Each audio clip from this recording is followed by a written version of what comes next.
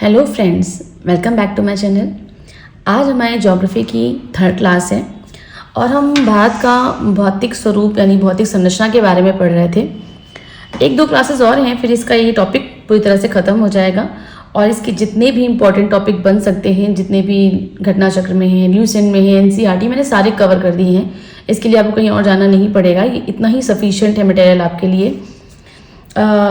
Video शुरू करने से पहले मैं आपसे कोई इम्पॉर्टेंट इन्फॉर्मेशन शेयर करना चाहती थी। बच्चों, मैंने एक करंट अफेयर्स का प्रोग्राम शुरू किया है अपने इसी चैनल पर, वो भी कंपाइलेशन में मैं आपको पढ़ा रही हूँ। सबसे पहले मैंने जनवरी का कंपाइलेशन अपलोड कर दिया है। इसका पहला पार्ट अभी आ भी चुका है, सेकंड पार्ट भी इसका मैं अपलोड कर दूंगी। तो आपको मैं डिस्क्रिप्शन में ही मैंने उसको वीडियो को पिन कर दिया है, आप उसको प्लीज़ जाके पढ़िए और मुझे बताइए जल्दी से उसमें आपको कोई प्रॉब्लम है या कोई कमी लग रही है। अगर अच्छा है तो प्लीज़ कमेंट करिए, जिससे कि मैं आपको जल्दी जल्दी और भी सारी वीडियो अपलोड करती रहूँ, ठीक है। और एक बात और है जो मुझे आपसे बोलनी है बच्चों, आप मेरे चैनल को सब्सक्राइब कर दीजिए, बेल आइकन पर क्लिक कर दीजिएगा, जिससे कि आपको आने वाली जितने भी वीडियोज़ होंगे वो जल्द से जल्द आपको होम पेज पे तुरंत शो करेंगे। आपको ढूंढना नहीं पड़ेगा, क्योंकि अभी मेरा चैनल नया है तो ऑफकोर्स सर्च करना होता होगा, लेकिन जैसे आप उसको बेल आइकन पर क्लिक कर लेंगे तो आपको ये होम पेज पे शो करेगा, ठीक है। चलिए फिर हम आगे बढ़ते हैं अपने थर्ड क्लास की तरफ। हमारा पहला पॉइंट है, कर्क रेखा भारत के मध्य में से गुजरती है और यह 8 राज्यों से होकर गुजरती है। वो राज्य हैं राजस्थान, गुजरात, मध्य प्रदेश, छत्तीसगढ़, झारखंड, पश्चिम बंगाल, त्रिपुरा एवं मिजोरम। मैं इसको मैप से बताती हूँ आपको। ये देखिए, ये आपके ये भारत की आपकी कर्क रेखा है जो आपके बिल्कुल बीचों बीच से होकर गुजर रही है यहाँ से, राइट। आपको दिख रहा होगा। इसमें देखिए, आप देख सकते हैं इसमें 8 राज्य हैं। जैसे आपका ये राजस्थान है, गुजरात है, मध्य प्रदेश है, छत्तीसगढ़, झारखंड, ये पश्चिम बंगाल, त्रिपुरा और ये आपको देखिए छोटा सा आपको ये त्रिपुरा और ये मिजोरम, ये 8 राज्य ही हैं जो भारत से होकर गुजरती है कर्क रेखा आपकी, ठीक है। इसकी शॉर्ट ट्रिक भी है जो मैं आपको बता दूंगी, पर अभी शॉर्ट ट्रिक मैं इस वीडियो में आपको नहीं बताऊंगी। इसके लिए मैं अलग से वीडियो बना दूंगी जिसमें मैं छोटे छोटे शॉर्ट ट्रिक हर एक फैक्ट्स के दे दूंगी और आपको आसानी से याद हो जाएगा। इसमें मैं आपको ट्रिक तो नहीं बताऊंगी, इसमें मैं आपको नोट्स और फैक्ट के फॉर्म में कवर कर दे रही हूँ, ठीक है। और तो हमारा नेक्स्ट पॉइंट है, सर्वाधिक राज्यों की सीमाओं से लगा राज्य उत्तर प्रदेश है। मतलब जो हमारे भारत राज्य में जो उत्तर प्रदेश है उससे सबसे ज़्यादा राज्यों की सीमाएं लगती हैं, और वो सीमाएं कितने राज्यों से लगती हैं? 8 राज्यों से। 8 राज्य प्लस 1 आपकी यूनियन टेरिटरी होती है, जो आपका केंद्रीय प्रशासित क्षेत्र होता है ना, उससे हमारी सीमा उत्तर प्रदेश की लगती है। तो वो 8 राज्य कौन कौन से हैं हम देखते हैं यहाँ पे। उत्तराखंड, हिमाचल प्रदेश, हरियाणा, राजस्थान, मध्य प्रदेश, छत्तीसगढ़, झारखंड एवं बिहारी। मैंने आपको पहले वीडियो में पढ़ाया था कि आपकी उत्तर प्रदेश सीमा किस किस से लगती है, और इसकी शॉर्ट ट्रिक में अगेन एक नेक्स्ट वीडियो में बना के आपको दे दूंगी, जिससे कि आपको याद करने में आसानी होगी है। और हाँ, क्योंकि ये एक आपकी यूनियन टेरिटरी से भी लगती है, तो वह कौन है यूनियन टेरिटरी? आपकी एनसीआर दिल्ली से लगती है। तो यूपी की सीमा आपके भारत के 8 राज्यों प्लस 1 यूनियन टेरिटरी से लगती है, तो 8 + 1 यूटी, ठीक। नेक्स्ट पॉइंट है आपका, भारत के 9 राज्य तटरेखा से लगे हुए हैं। कौन कौन से राज्य हैं? गुजरात, महाराष्ट्र, गोवा, कर्नाटक, केरल, तमिलनाडु, आंध्र प्रदेश, उड़ीसा, पश्चिम बंगाल। मतलब जो आपके भारत का जो आपका भारत का एरिया है ना, तटीय राज्य है जो समुद्र से लगता है, वो 9 राज्यों से लगता है। ये मैं भी इसका आपको मैप से समझाती हूँ। ये देखिए, ये आपको हो सकता है मैप ज़्यादा विजिबल ना हो, थोड़ा सा ब्लर होगा, बट कोई नहीं, आपको मेन मोटा मोटा आपको ये तटीय राज्य देखने हैं जो आपको मुझे एक पिक्टोरियल फॉर्म में शो करना है कैसे तटीय राज्य भारत की सीमा से लगते हैं। ये देखिए, ये गुजरात है, महाराष्ट्र है, ये आपका कर्नाटक है, केरला, तमिलनाडु, आंध्र प्रदेश, उड़ीसा और ये देखिए 1 2 3, ये गोवा छोटा सा है साइड में, ये देखिए है ना, 3 4 5 6 7 8 9 राज्य तटरेखा से लगते हैं। और इसमें सबसे जो बड़ी तटरेखा की लंबाई है वो गुजरात की है, फिर आपकी आंध्र प्रदेश की, आप देख सकते हैं गुजरात की तटरेखा कितनी ज़्यादा लंबी है ये, फिर ये आंध्र प्रदेश की है ना। तो ये देखिए पॉइंट अगले में मेंशन भी है, गुजरात की तटरेखा सर्वाधिक लंबी है, इसके बाद आंध्र प्रदेश की।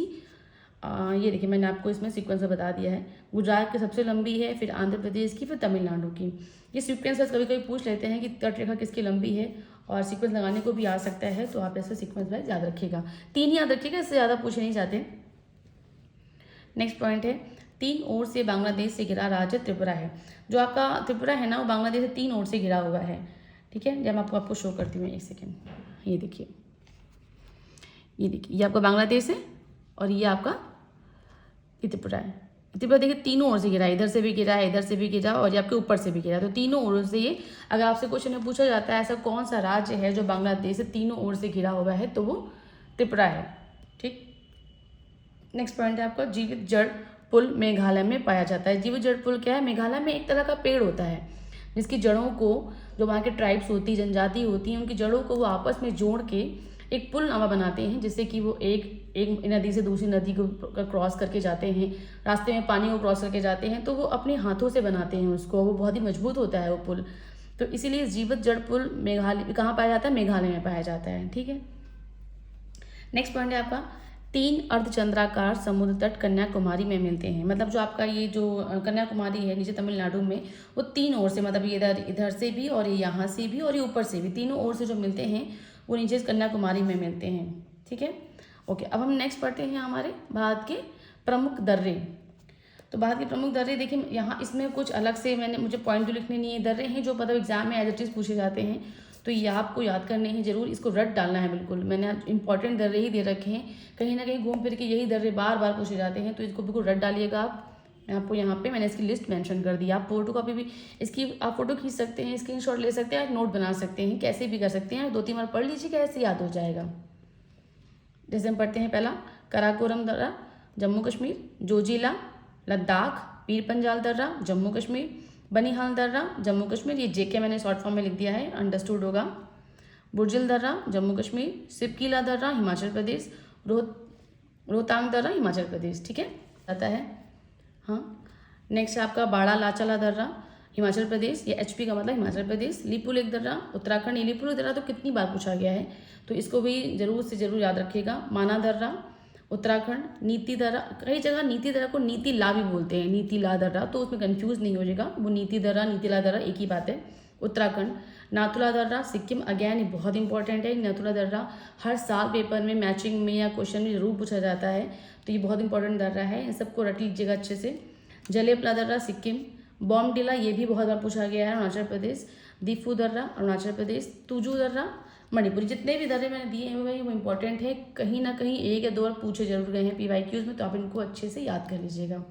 ठीक है, इससे जुड़े कुछ नोट्स हैं, कुछ नोट पॉइंट है जो मैंने आपको मेंशन करी, वो आप जरूर याद कर लीजिएगा, वो इंपॉर्टेंट पॉइंट्स हैं, ये इन्हीं दर्रों से जुड़े हुए हैं वो पॉइंट्स, तो मैं आपको बता देती हूँ इसमें।